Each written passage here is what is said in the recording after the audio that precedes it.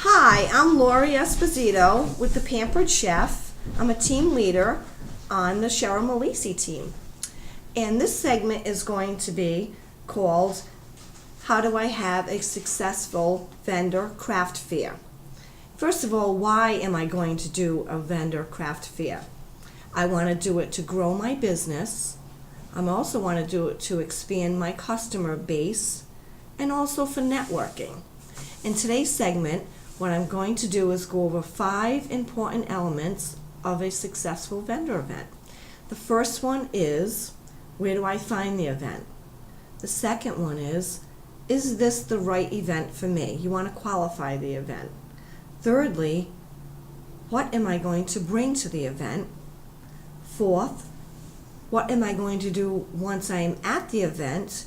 And fifth, what am I going to do after the event, most importantly? Okay.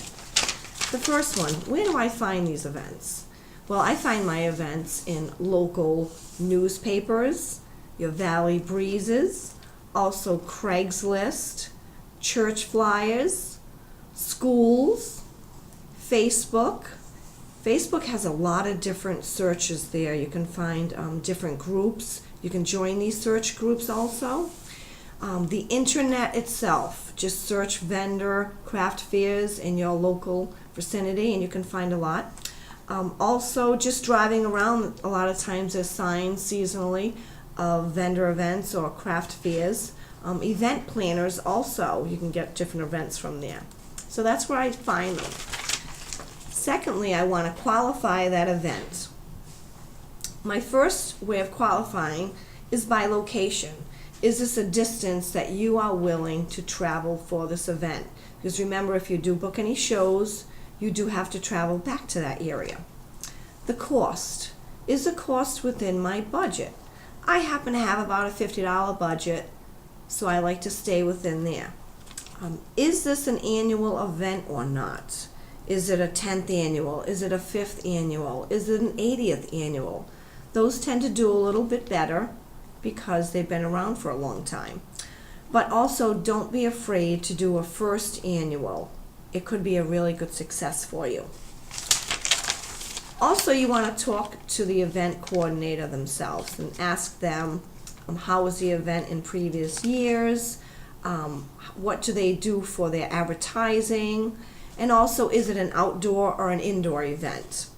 And also the amount of days. Is it a Saturday or Sunday? Do you want to do both days? So those are ways that I do qualify a vendor event. Okay, now also, thirdly, what do I want to bring to my vendor event? Okay, I want to bring my monthly guest and host special product if I have it. And if I don't have it, you can get somebody on your team and ask them if you can borrow it. I also want to bring a tablecloth. I want to make sure I bring my apron. I want to make sure I bring some sort of a table runner if I have. You also want to bring seasonal items for product.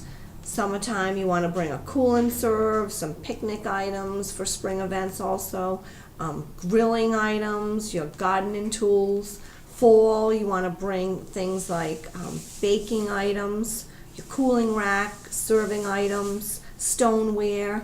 Christmas time, holiday time, you want to bring gift ideas. Deep covered bake is really good around that time of the year. Your pastry mat, things like that. If it is a promotional item like the month of May, which is Help with Cancer, you can bring those pink items if you happen to have them. As far as literature, paperwork, what am I bringing with me? I'm going to be bringing mini catalogs with my information on it. Going to be bringing Discover Us with me. I'm going to be bringing recipe cards. I will also bring any recruiting information for the month. I do bring a sign-up sheet for either contacts or I do use the door prize slips. Paperwork, I also want to bring my monthly specials or recruiting specials that they give us in the Consultant News for free. I want to bring order forms, pens, a clipboard so I can write out orders on it. I want to make sure I have my calendar with it, with my available dates on it. Cash and carry if you have, and also a raffle item if you'd like to bring. Now, once I'm at my vendor event, what am I going to do? Like I just mentioned earlier, you want to definitely have your calendar with you with your available dates on it. You want to set up your table with a good flow, and also you don't want it to be too cluttered looking either. You don't want it to look like a yard sale, all right? You want to check in on Facebook or any other social media that you're at and take a picture if you can and post it. I set my catalog actually in the center of my table. That way, every time somebody comes to my table, I can approach them and look over the catalog with them.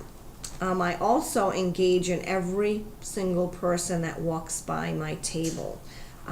I don't want to prejudge anyone. I want to engage, say hello to everyone. I don't sit at my vendor events while people are at my table, and I always want to ask them, when's the last time you saw a catalog? When's the last time you had a show? When's the last time you saw any information about the business? And remember, if you don't ask, the answer is always no. I like to also once in a while bring some items to demo, some cutting tools, the julienne slicer, the spiral slicer, make some potato chips if that's something that you want to do and serve them, or a quick little dip, okay?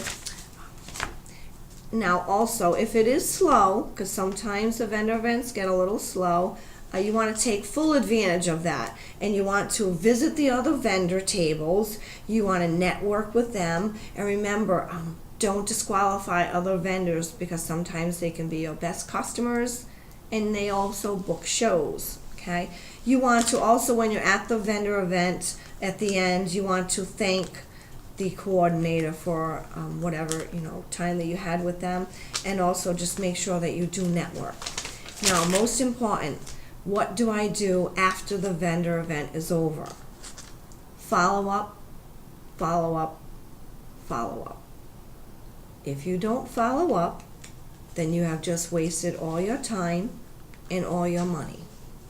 You need to follow up within 2 days after the vendor event, unless you had made a specific time and date to call somebody. You want to make sure that you email or call or text, whatever, all the contacts that you did meet, thank them for stopping at a table, send an email to them if you happen to promise them a recipe or anything else that you may have promised them via email. You want to evaluate at the end, evaluate that vendor event to see if it is something that you may want to revisit next year. So make sure that you do have all the contact information with you. So because this segment went so long, I want to let you guys know there is no homework. Yay, no homework. What you need to do is to watch the segment, send an email to Denise letting her know that you did watch the segment, and let her know what your favorite tip was of the segment. Sorry about my hair in the way. So again, I just wanted to recap the 5 important elements of a successful vendor event. Where do I find them? Is this the right event for me? What do I bring to my vendor event? What am I going to do once I'm there? And what am I going to do afterwards? Thank you so much for tuning in.